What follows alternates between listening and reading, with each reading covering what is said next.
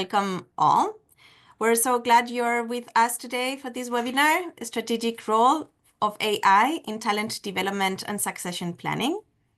My name is Elena Correas. I am the Chief Customer Officer at ClayHR, and I'll be your host today for this session. And whether you're joining us live or catching the replay, we're thrilled to have you as part of this conversation. We know your time is very valuable, and we got a fantastic panel lined up ready to share insights, ideas, and experiences that we hope will inform, inspire, and spark new thinking and practice. So before we dive in, just a quick note on logistics. We'll have some time for Q&A towards the end, but feel free to drop your questions along the website, the webinar, on the Q&A button that you see at the bottom. We might not need to wait for the very end for those questions to be asked. Sometimes they're very relevant at the very moment, so don't feel shy to ask at any given time. We'll be monitoring those questions and we'll have them in as we see is better for the flow of the webinar. Without further ado, I'd like to introduce you to our panelists.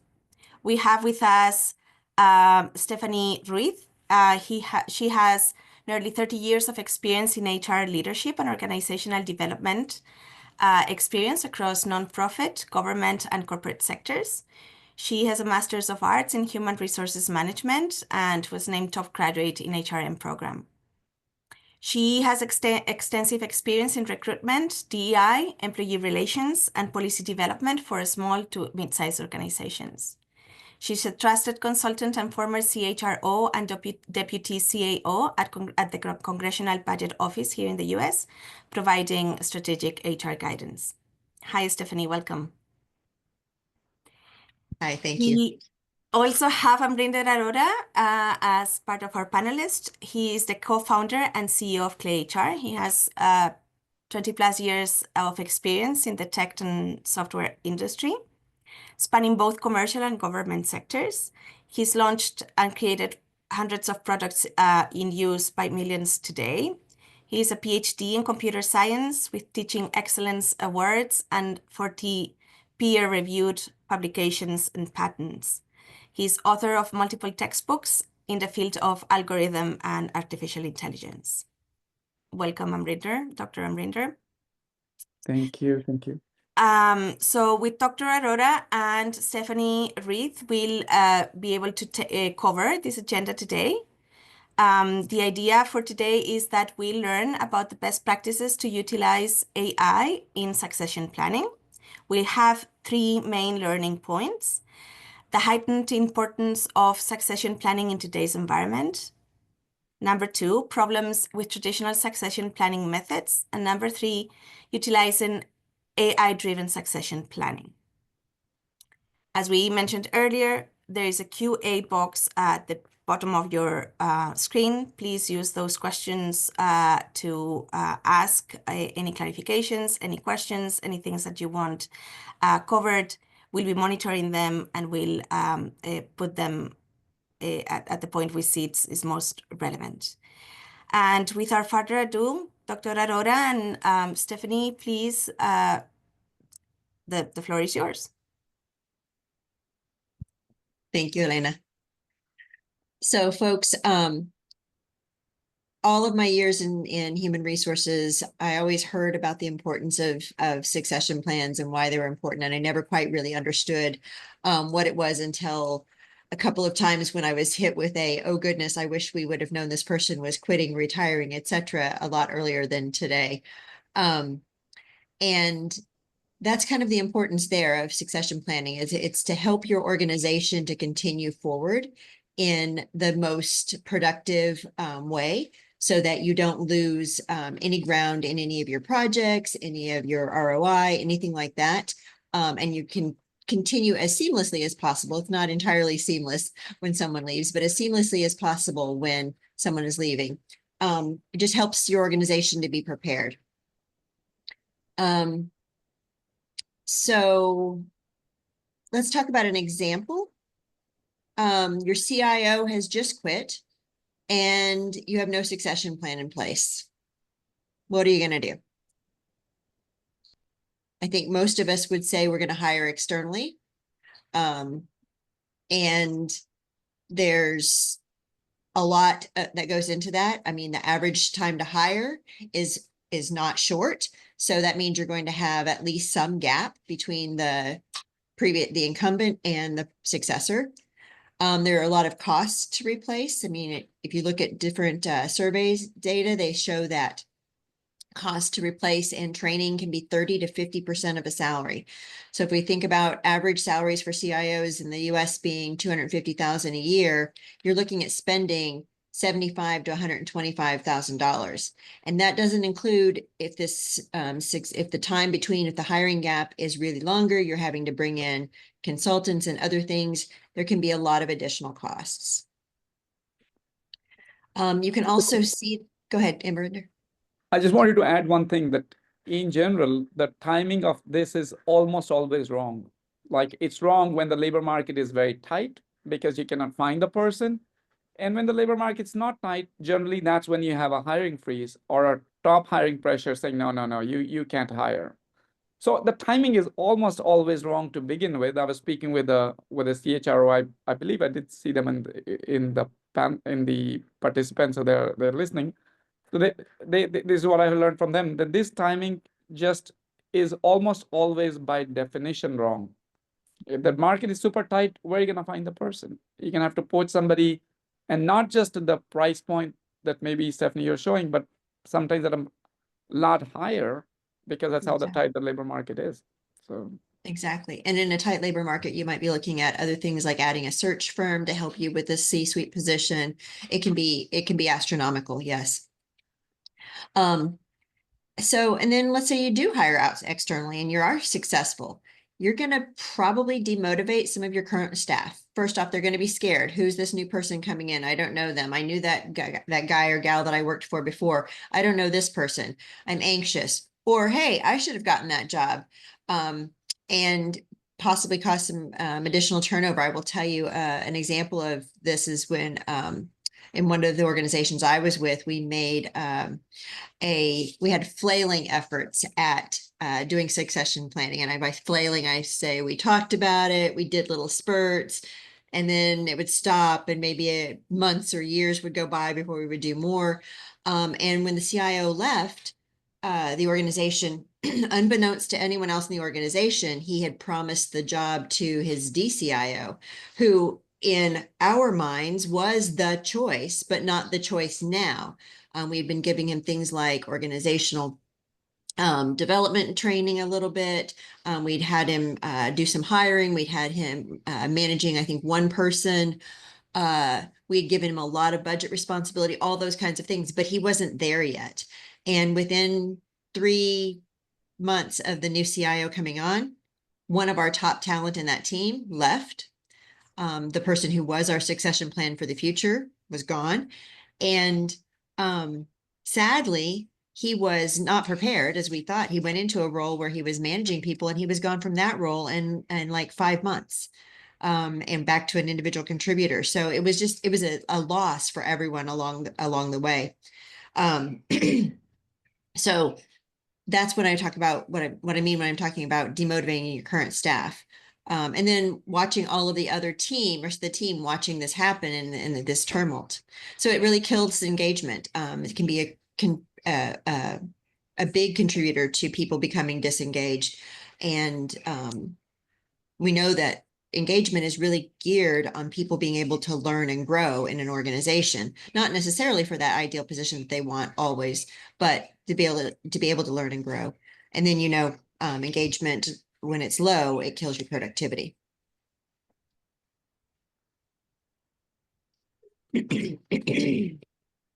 So Stephanie, do you want to excuse me, sorry. to Yeah, so we're going to talk about the difficulties with traditional hiring or succession planning.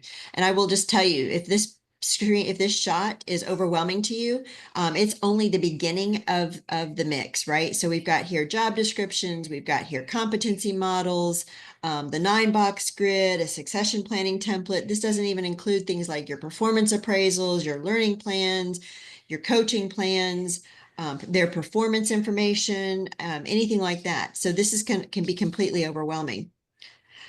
So this is the big problem, the biggest problem with traditional succession planning methods. It's data intensive, it's time consuming, it's resource intensive, and when you try to spend time on this, you really can't easily convey to your leadership what the ROI is. Why am I hiring a person to do this? Or why are you spending time on that instead of on succession planning instead of this other thing? Some And large companies, go ahead. and just one point I want to make on that one is that when one of the persons I was working with maybe the week before last, what they mentioned was that the reason they find that they currently, when they're doing their succession planning with ClayHR, one of the reasons your ROI point reminded me of that is that in the past, they had never done it because it was just not a high priority enough. And people would say, if they did somehow find the time to do it, somebody would ask them, and then what? And they were like, okay, well, one, we never get the time to do it. And when we are starting to get the time to do a little bit of it, then because the effort was so much, right? The effort was so much that their senior leadership would ask them, where's the ROI in this? And now, if the effort had been much smaller, which is where they are now. So then they were telling me that now they're able to do it in ClayHR because the effort is so much smaller. People are not asking them. They're not asking them for, hey, I need X weeks to do this thing. They're just sort of doing it. Then Right. nobody's asking them the ROI. So that's just one thing I wanted to add there. Yeah, absolutely. I mean, if this just kind of could happen seamlessly alongside the rest of your work, it would be great. But your management, your leadership is looking at why aren't you improving our compensation plan? Why aren't you doing these other things that they see as much more tangible contributions? And in larger organizations, sometimes they can have dedicated people or teams toward the succession planning effort. But in smaller organizations, that's just not realistic. And so you're right, it's the absolute last thing that gets attention.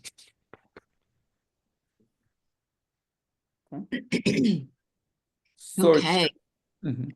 Go so ahead. we're going to talk then about why Render's client that he was talking about earlier made this change to being able to actually address the succession planning in a way that's not so burdensome. All right. And that is with AI. And I just want to say before we kind of launch into this is that reliance on AI can be kind of scary and daunting. And I actually applaud everyone who's attending this session because it is the way that we learn and being able to keep up on these things is the way that we actually can see our way through things that are scary and daunting.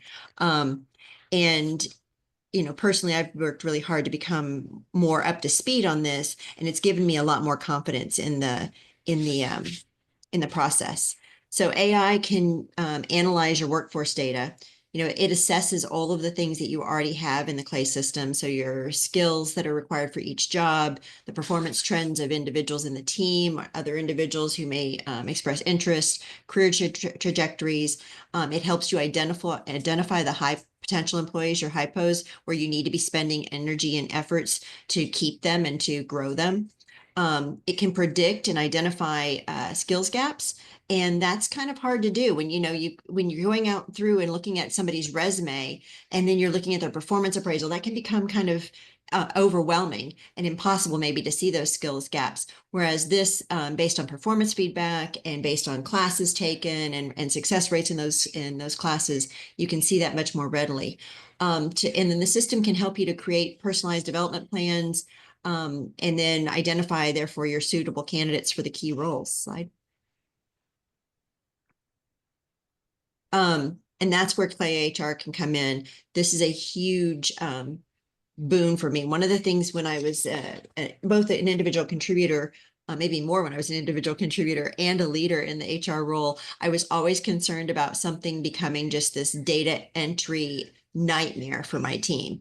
And the reality is that's what the traditional process of 9-box and succession planning is it becomes this, how you gather all of this information from disparate places and pull it all together. The reality is that Clay has this information. It's part of how the system is developed. And as you're using it, you are putting in everything that you need. And so it can process huge amounts of information very quickly. It learns and makes decisions. Oh, a 9 was the score that we wanted on that learning. Now, really, it looks like it can be done with an 8. And it improves over time. It allows transparency, which I think is really great for employees, because they can go in and look and say, oh, in this role, I need to get better at this, or in order to have this role, I need to get better at this. And it also allows human intervention and analysis. And at the end of the day, I've always said systems don't replace people and our thinking. Systems facilitate our work and our thinking. And that's really important to keep in mind. I think, Stephanie, the point that I know that AI can be scary sometimes, but I believe that most of the people who I'm now interacting with in general, and that a lot of it goes past this webinar as well, beyond this, the subject matter of this as well. I think people, at least that we are interacting with, are no longer really afraid of that. In fact, one very interesting story I'll tell, not related to this, but still somewhat related to AI. I was speaking with a customer and I said, hey, you have this ability to now create onboarding video where it's a personalized welcome message from the CEO to the person, even though the CEO recorded one time a message, right, saying, and then you simply take the same video and you tell the AI to saying, okay, now this is the new person, this is the new title, and ClayHR generates it, and it shows up on the onboarding. So I was thinking in my mind that the customer is going to ask me, but isn't it going to look fake, right? Okay. The funny thing is, they never ask that. Every time I've had this conversation now with multiple, that's just not a thing. I think so. In a way, the fear factor, as well as the name calling, has pretty much gone. People ask me 3 other questions, but about some other aspects of how to operationalize it. Uh-huh. They said, can we now do the same thing and also have the department manager? I'm like, okay, so my concern was that you might think it's fake, but they're saying, can we not have 2 of them? Right. Well, and that's the beauty of having a tool that's really reliable, and embracing that tool, because that's how we get our work done, because the demands on our jobs in HR never get smaller. They always get bigger. And so being able to capitalize on these tools is really the key. Right. So that's I think part about AI, that people are basically embracing it in that sense. And I'm going to bring the next slide while I talk, but I'll quickly mention another thing too, that the point about data that you make in the previous slides is key. I find that you mentioned the example that you said was a data hog or something similar, that, now I find that if you're going to enter the data into the system, if that data is going to provide as much value as you entered, that's one thing. If it's going to provide now 2x value, if it's now going to provide 5x value, you actually don't mind either entering the data or setting up the integration, because you say, hey, it's not only going to save me the time for that 1x, but it's also going to then help me here, help me there, help me here. So therefore, 1 hour of something that maybe we set up one integration with something else to get the data, then once the data is already in ClayHR, it's going to be used in 6 different ways.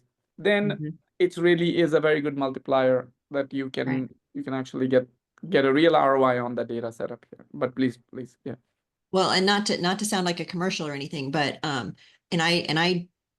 gosh, Amrinder, I think we implemented ClayHR like 7 years ago, and you guys made it seamless for my former employer when we implemented it, and then my client later, because it was being able to give you data and not just sitting there that we already had, that existed in other platforms, but also using Clay allowed us to say, gosh, let's look at our job profiles a little bit better. Let's look at what is the competency that we really want in this job. Absolutely. And those are all the things that go into building the succession plan.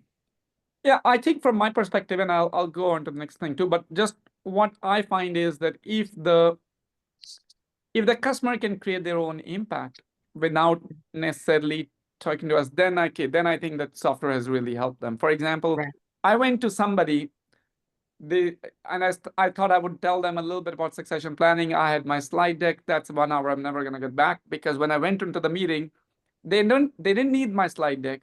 They had already gone in and they had already created succession plan for 8 people. I'm like, next time just tell me before you do that, so I don't. So, but then I think then there's true customer impact, because then they are able to actually do things on their own. They said, oh, no, I went in here. It told me what to do. I'm like, okay, well, that's good. So I think that's the whole intent, is that it should not make it, you shouldn't have to jump through so many hoops that you think, oh, okay, it's a real work that I have to show ROI on. You were just like, I was Exactly. gonna go get coffee and I just did it. I'm like, okay, well, that's good then.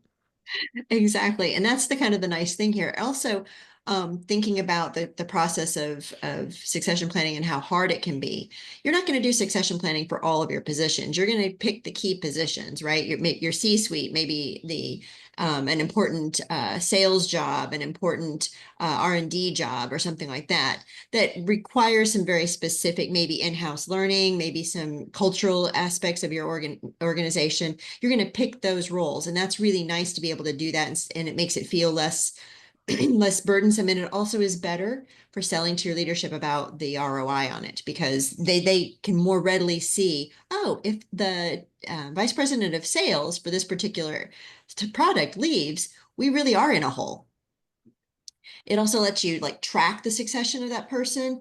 And again, that gets back to employees being able to see like, oh, these are the classes I need to take to kind of advance in this field, or these are the skills that I need to develop outside of work, or outside of my job, and where I need to improve my performance, those kinds of things. And so this slide just summarizes what we just talked about, is that like everything is there, and the system just pulls it together. AI just pulls it together.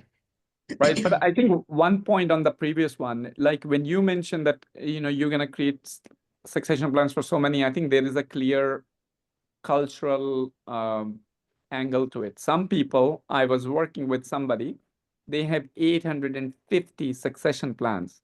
Oh my. So there are people who create, basically said everybody who is a manager or whatever it was, they said, no, we create a succession plan for them. And some people who are ICs as well. They said, Uh-huh. because the person is an IC, so if something happens, there's a lot of dependency on that person. Um, I believe there was one scenario, one weird case that they even had one team with 4 ICs in it, and succession plans for all 4 of them. So they were like, okay. So yeah, I mean, that is ultimately up to the organization on what they find value to it. If you think that you're gonna have a succession plan for whoever, you create them singly or you create them in bulk or whatever, you should have a succession plan. The whole point is, if it is so easy to create, why not? Ultimately, it's your choice. You want to create, That's you That's create. exactly what I was going to say. Yeah, that like this makes it possible to do that in the traditional way, in manual processing. You couldn't do that. It would be impossible. Yeah. So, and also I think this is because succession planning intimately ties into career planning, so people's own career journeys, etc. So this is just a little bit of a visual into that as well. Uh, Stephanie, was there some other specific point that you wanted to draw here, other than that is also an analogy to that as well? Now, again, I think it gets back to the transparency for your employees, which can help there. Yeah. And to the example that you were giving, that it can basically be the idea of this one is that sometimes an employee, because they see that they are at a certain level, they are now going to the next level. The question is when, and you Mhm. want to set them the right expectation that, hey, yes, that's the next level, but and it's not frankly not just a question of time, it's a question of your own growth, right? So that growth could come to you in 6 months, and that growth could come to you in 18 months. A lot of it might depend upon you, your own initiative, and some of it may depend upon circumstances as well, that maybe you do have to lead a very large team, but you're not getting that opportunity. Maybe that particular project is delayed or whatever. So some of it is not going to be in the employee's control, but a large part of that is. And the fact that the person can then be able to see just from the job profile, saying, hey, I know what that job profile is going to take. Let me research on what I can do today. Maybe I cannot do these two things are just stuck. But the other three things I can make progress on. So let me make progress on today on that. And I have a little agent. I'll walk you through that as well if I have a moment here.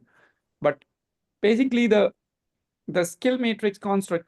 Elena, by the way, do you want to launch that poll here? Because I think before we start talking about the 9 box, etc., I just want to get a little sense of how much people are actively using that today. So there's a poll. That's right. So we just launched a poll. You'll see in your screens, it has come up a question there, and you can choose from 4 answers. The question is, are you operationally using the 9 box or 4 box, 3x3, 2x2 today? And the answer choices are yes, nearly every week, yes, about once a month, we look into it very sporadically, or we know what it is, but we don't use it operationally. I'll give you 5 more seconds to answer. We have almost there. All right. I So think we still have only about 33%. Should we give people a little bit more time? If you can answer it. Oh, there we go. Now it's people nudging up. So there's just if you can take a moment to answer it, because again, we just want to get a very honest, very direct answer on. Everybody understands the concept. The question is not with so much of the concept. The question is, are you actually able to operationalize it today? And that's really our question. So we're gonna wait a few more seconds until we get to a 60% participation. We're nearly there. So if you are thinking about choice, if you're thinking about choice, then really the answer is D. So Right. you can Right. just choose that. And the results are looking kind of like what I expected them to be. Although I'm 100% sure that the people who are yes nearly every week are the people who are using Clay, because I think that'd be a really daunting task to do this every week. So all right, we have, if we give you 3 more seconds, we probably can bump up a little bit that participation rate. If not, I'll end the poll here, and we can read the answers to you so you can see what the results were. So let me end this poll now. I'm not sure if you see this on the screen, but the results are the following. 4% of you answered yes, we use it nearly every week. 24% answered yes, about once a month. 32%, we look at it sporadically. And 40%, we know what it is, but we don't use it operationally. So there is a clear concentration of people, of course, for different reasons. And it would be interesting to know in the comments here, in the Q&A, if you can answer why it's not being used operationally with the frequency that you would see. Is it a complication? Is it a systems? Is it a culture thing? Why are the reasons why this is not a usual practice in your organizations? Yeah, So that thank would you be really for. interesting to find out. So I'm glad we got that poll covered, because in the next 1 or 2 slides, we do want to just touch upon it here. But before that, if we just talk about just for us from a skill focus here, because as you know, the 9 box and the 4 box, etc., is a combination ultimately of 2 things, the potential and the performance. So you do have to address both of them here. So when we look at the whole idea, and again, tying back to the AI here, one of the reasons many organizations shy away from having to do this thing is because people are very concerned about, oh, what competencies should we use? What skills should we use? And the reality is the skills that you should use are the ones that your employees are actually using. And how are they going to find that out? Primarily through their work product, and primarily through the AI gives you a solid head start. And my recommendation to that for anybody who is at all thinking about this one is that let the AI give you a very good recommendation here. Then you evolve. Then you evolve from there. Then the managers will say, hey, this is great, but this employee in this particular job profile also has a skill here which is not being mentioned here. Can we add a skill? And of course, you can add a new skill to your skills gallery. You can add it to the right skill type, and you can say, okay, we have not historically used this skill, but this is now a competency that we do as an organization that we do want to track. And then, it becomes part of your library. And I call it your library because organizations should generally not be concerned about, is it a USDOL standard skill or not? It doesn't matter. Skills are changing so fast. We are all seeing that every single day. Doesn't matter. The DOL may take may, may, may take another X years to make that a skill in their data. It doesn't matter to us. If you are actually actively using it, whatever your skills are, let the AI recommend it. You start using it, at least you have a head start, then continue to evolve on it here. So your individual skills, you should always be able to see it. And we consider that to be, I think, Stephanie, you've used this term in the past called the individual building block.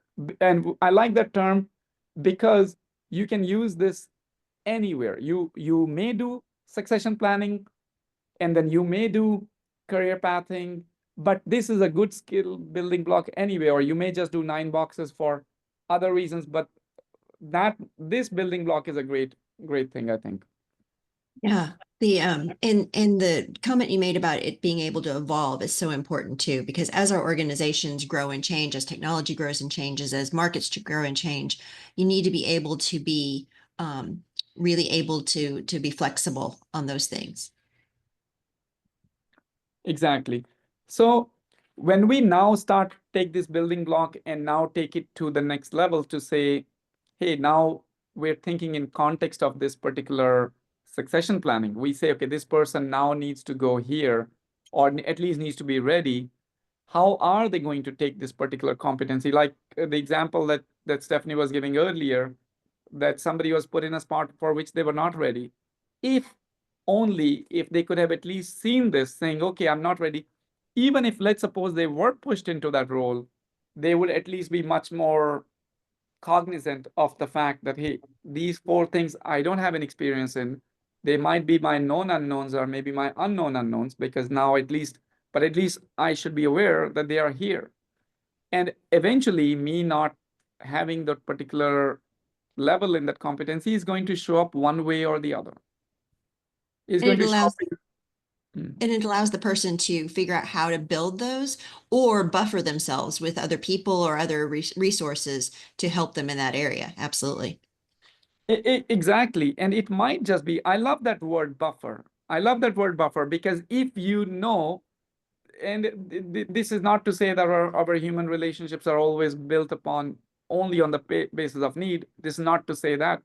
But if you do know that, hey, you are being put into this role and you don't have a financial background and you don't need to be a CPA or a CFO to do this role, but you need to know enough, at least you will invest in those relationships to say, hey, I don't know enough about it.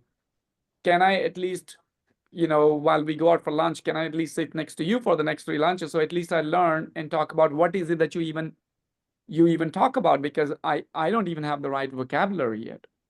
I don't even know what the right publication. So how am I going to learn if I'm not even surrounded by that particular thing? So that thing I think is really key. That and Stephanie, remind me the word that you used, padding. What did you say? How did Buffer. Buffer. Buffer yourself. Yeah. There we go. That I think is really the key here.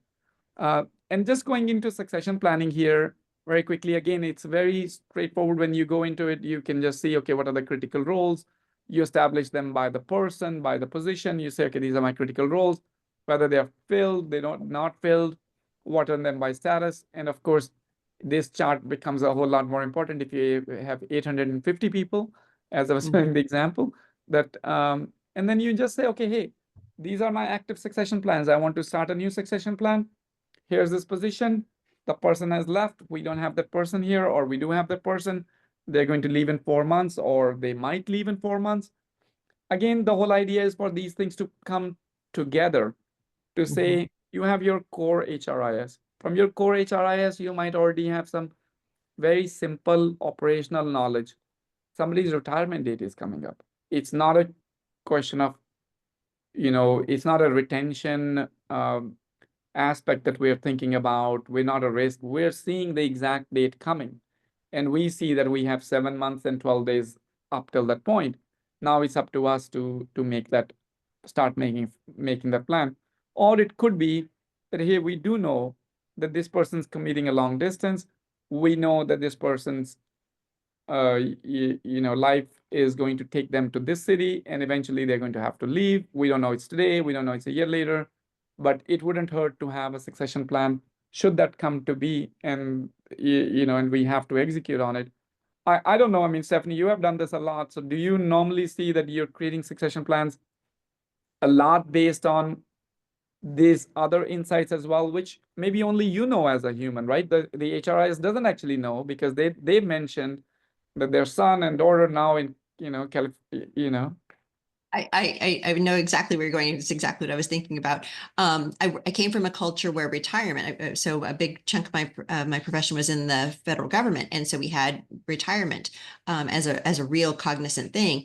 And I would have employees who pass me in the hall and say, "Oh, 4 more years till she graduates, and then I'm out of here," and then I could go back and put it in the system and go, Bob's leaving in 4 more years. So his daughter's graduating. And that was a really important part of the thing about this tool is that it helps you as the HR person to be able to act on things that are kind of outside of the norm. One of the beauties of this tool that you and I were talking about the other day is, a reality, a real situation. Your boss comes in and says, "I think that, Karen is the next you." And Karen's like in a totally different department. You barely know Karen. You don't know what she does, but somehow she had a talk with your CEO or your boss, and now he thinks she's the next you. And so you need to look at that. And then, let's say, for example, that kind of thing happens. You can then have and I think we're going to show it here in a little bit. You can then have something that shows them, look, there are these other candidates who are really more qualified than Karen because she's in here, but she's got 19% of the qualifications instead of these other people who have 70, 80% of the qualifications. Yeah. So those are real things. Yeah, absolutely. And to that, and I know that we were talking about percentages, so that's why I brought this thing in. But I will tell you one thing, that it's interesting that sometimes somebody will counter. And somebody will say, "Oh, yeah, we know Karen only has 19%, but she also has these other things." We say, "Okay, you may be right, but then these other things need to be in our system as a competency," because you're saying that, she can also, maybe she's a very good public speaker. Okay, if that is a key requirement that you have and the key vision that you have for this job going forward, even if it hasn't been so far, fine, that's great. Good information to have. It's good information to have. And then maybe based on this thing, Karen now does become, instead of a 19%, a 35% match, and everybody else is becoming a little bit lower match. So we can start to see, again, the whole idea is to be able to work together. If somebody has that vision that, oh, there is something missing here, okay, well, then let's go ahead and add it, and then let the data be able to guide us all into the next step here.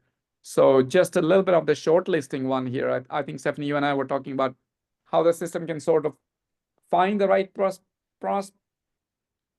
prospective successors, but then eventually you can decide whether you want to shortlist or not shortlist. And, at the very least, for you to be able to take this plan saying, okay, this is a person, this is when they're going to leave, and we have done this thing, at least from an HR perspective, nobody can say at this point, "Oh, you haven't done your," you clearly have. You have this thing, okay, now if the senior management, somebody wants to influence it, sure. You want to bring Elisa in, you think that is a good, who has this thing, sure, let's drag and drop. Let's drag and drop, I think the key word here is agile. The system really does let you be agile in addressing the succession at hand. Yeah. And another thing I will mention that we common see, I know we just had this poll on 9box, 4box, etc.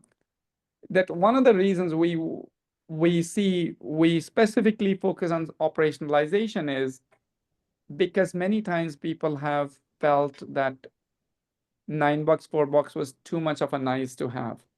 And we feel, and a lot of the customers, a lot of the organizations see that if a manager has a super simple widget right on their dashboard, as you know, if just in case some people who I know that the audience is very diverse, but in the ClayHR, the dashboard that's there is configurable pretty much by at any level, at the entire organization level, department level.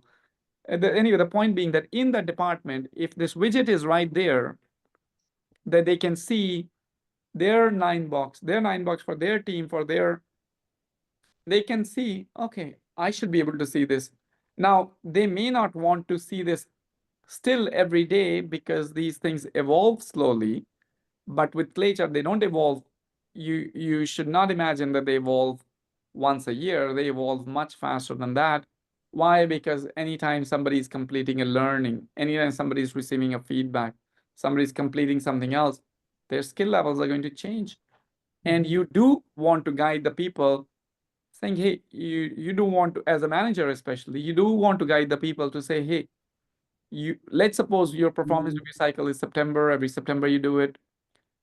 A lot of my county friends who are here, I know I'm using their terminology now because they use September, October timeframe as their. Now, sure, that's the time to do the performance reviews, and that's your organizational structure, that's fine. But the competency levels are not going to change on that day alone. People are going to have to show their potential and increase their potential throughout by taking the learnings. And I think, Stephanie, that goes back to your point that you were making earlier, that the person knows what is it that they should be working on, even if they were thinking along the lines of their own career plan. But you as a manager are going to benefit via this view. It's the same data, but now it's showing up differently and motivating them to learn to improve their competency level.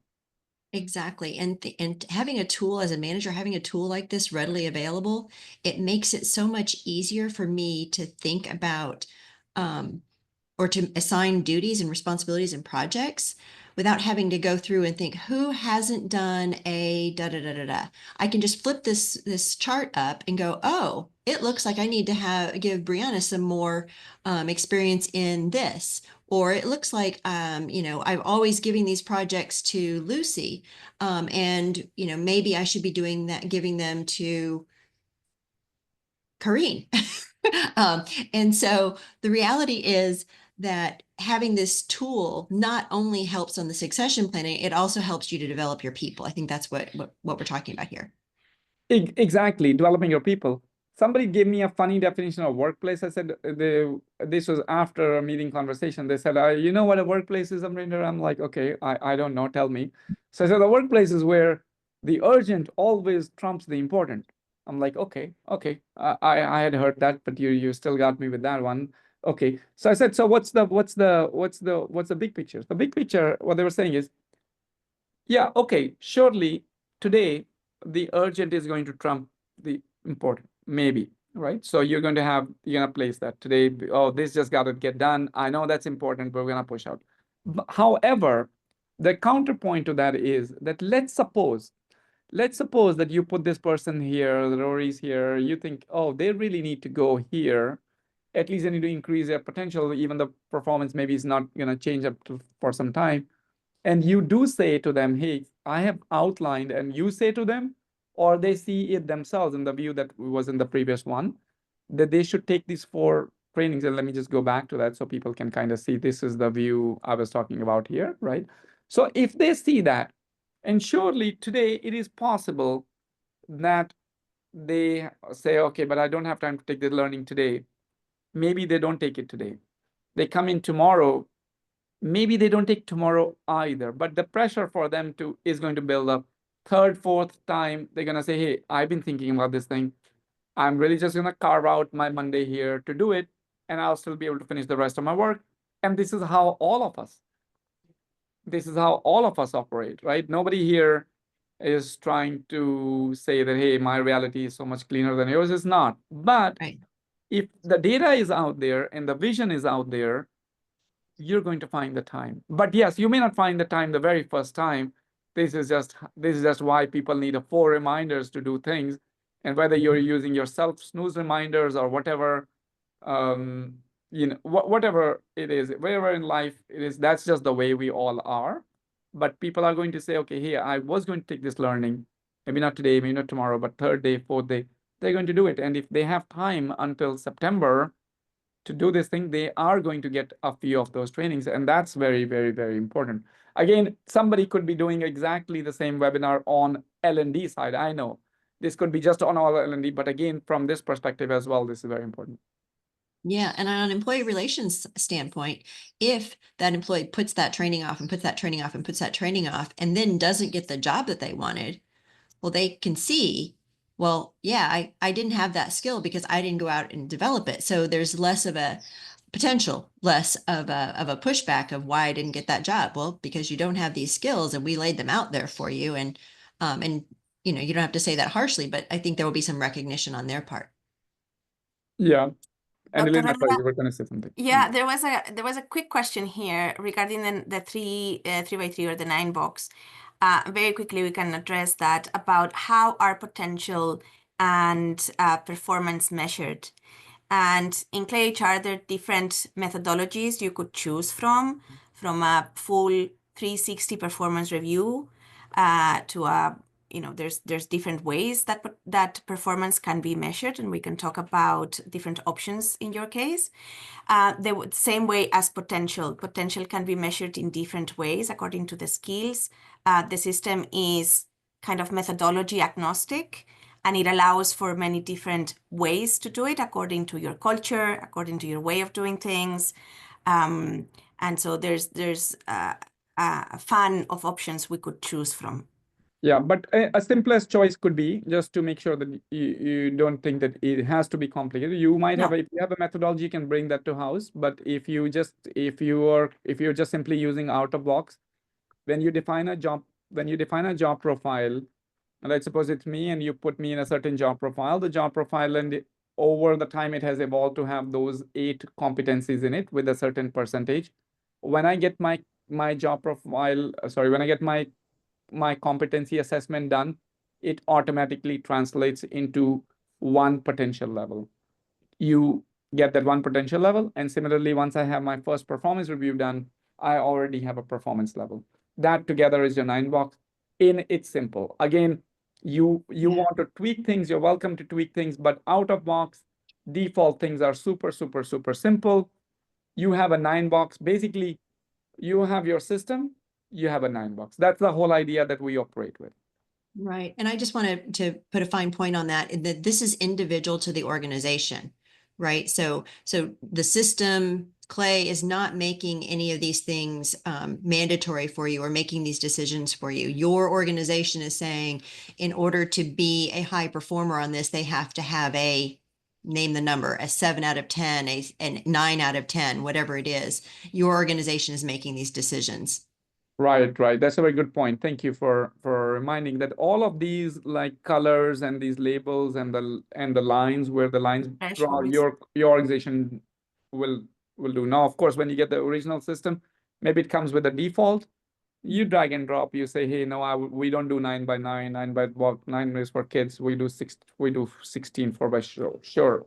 Whatever works for you, you do your organization, and you draw the lines and you put the right labels.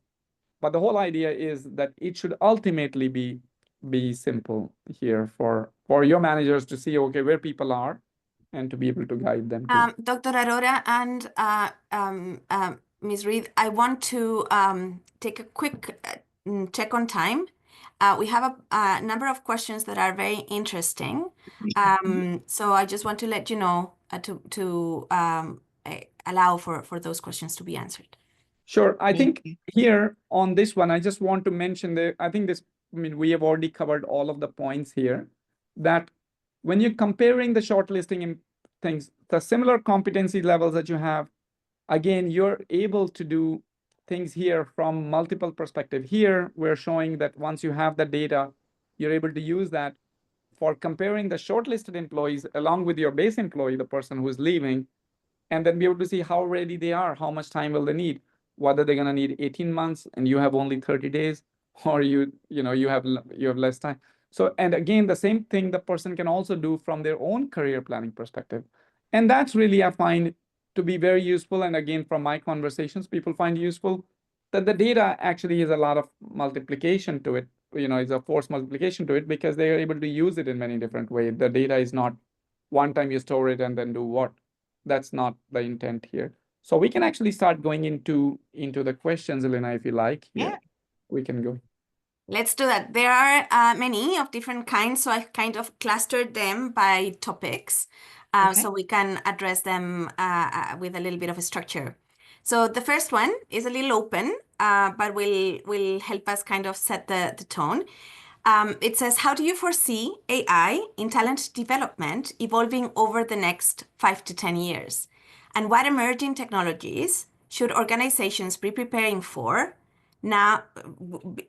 Should organizations be preparing for now to stay competitive? Okay, I'll take a first stab at it. Stephanie, you supplement whatever you like. But for example, this is the point I think also going to be on my last slide anyway, that hey, this is the big picture we tried to show you, is that it's easy. It's easy, it's not complicated, you always have it. I'll quickly show you, just like for example, today the big thing is agentic AI.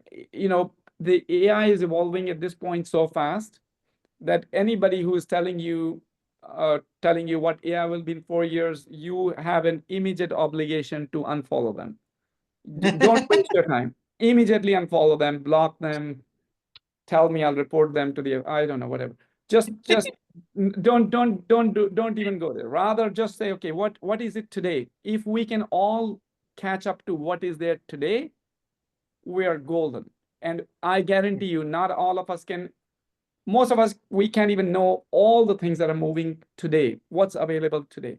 For example, today, like you have this thing available in your ClayHR system. For example, here, like this is a person having a full-blown conversation with AI who is being considered for their new role, and they know that they have not been given this role yet. But how are they going to get there? Now, this is a conversation, again, maybe 3 years ago, we might have said, oh, this is a conversation fake. It's not fake, it's super real. And the person is going to have an honest conversation with AI. AI is not going to judge them. It's just simply saying, hey, these are the competency levels you need. You haven't led a large team.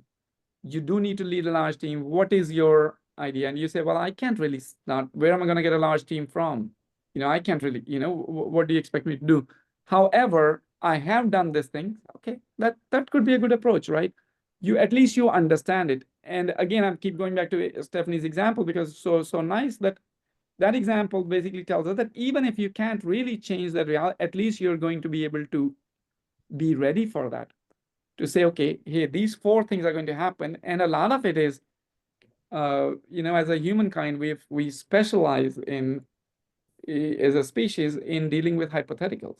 And we deal with hypotheticals of the hypotheticals of the hypotheticals. And that's really is the strength that we're able to say, okay, so that is, that's my short answer to the AI. We could be here for another full webinar just on that question, but AI is moving fast. Let's just see whatever is out there today, use it, and I think make sure. actually that your answer really is, let's be very open and agile today. Let's be open to test and drive things that are already available today, so that we develop the muscle to be so much more agile for when these new technologies come. We don't even know what's going to happen in 5, 10 years.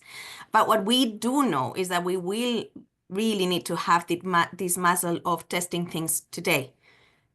Absolutely. All right. Excellent. So, Stephanie, I don't know if you wanted to add anything there, but there's more questions here that I would like to go Let's go ahead. into. There's something here about how to make all of this actionable. Let me read the question as is. So how does the data collected by AI tools in talent development and succession planning translate into actionable insights for HR leaders like us? And what is the most valuable information to focus on? Okay, I can start there. It might be, for example, if we were looking at that last succession plan, the one for the HR director, Ellen, and we see that, go back, there you go. And we see that there's a particular area for that both Emma and Alberto and Paula are all missing. We might offer a training on that. We might look for a vendor for that. We might develop a succession or excuse me, a rotation plan into finance or marketing for employees, but maybe starting with employees who have an interest in HR. There are just a lot of things like that that it can give you insights into what some of the needs may be for your organization without you having to go out and like ask 20 people. The rotation plan one is what I have heard from some customers, and I'm happy to actually share that based on that learning, even within the ClayHR own as a corporate, we introduced that for our own incoming interns based on the learning that we had, that this is, when you look at this kind of picture, you say, hey, these are our constantly, we find that people get siloed. Okay, so how do we break that culture silo? By giving them a place of rotation. And that's how we, again, I find that to be very valuable, and I find that to be a great actionable insight, Elena, I think as the question points to, based on this kind of data, which sometimes is not just about one person, but overall how the organization is set up, very actionable. Couple more questions that I'd like to address. At least one is very relevant in today's working environment. It says, in a hybrid or remote work environment, how can organizations effectively identify and nurture talent for leadership roles when face-to-face interactions are less frequent? Good question. I think one of the key things that I would say, and I just was doing a seminar the other day about this, is that you have to have more face-to-face interaction. I think that online, these kinds of learnings, we're not all in the same room or even possibly the same continent, but at the same time, we are having those kinds of interactions. And so you can identify people through those skills. And frankly, in the future, this is going to be more real than all of us sitting in a conference room. And so this is actually the place where you want to be able to assess how high potential people will act and work in the future.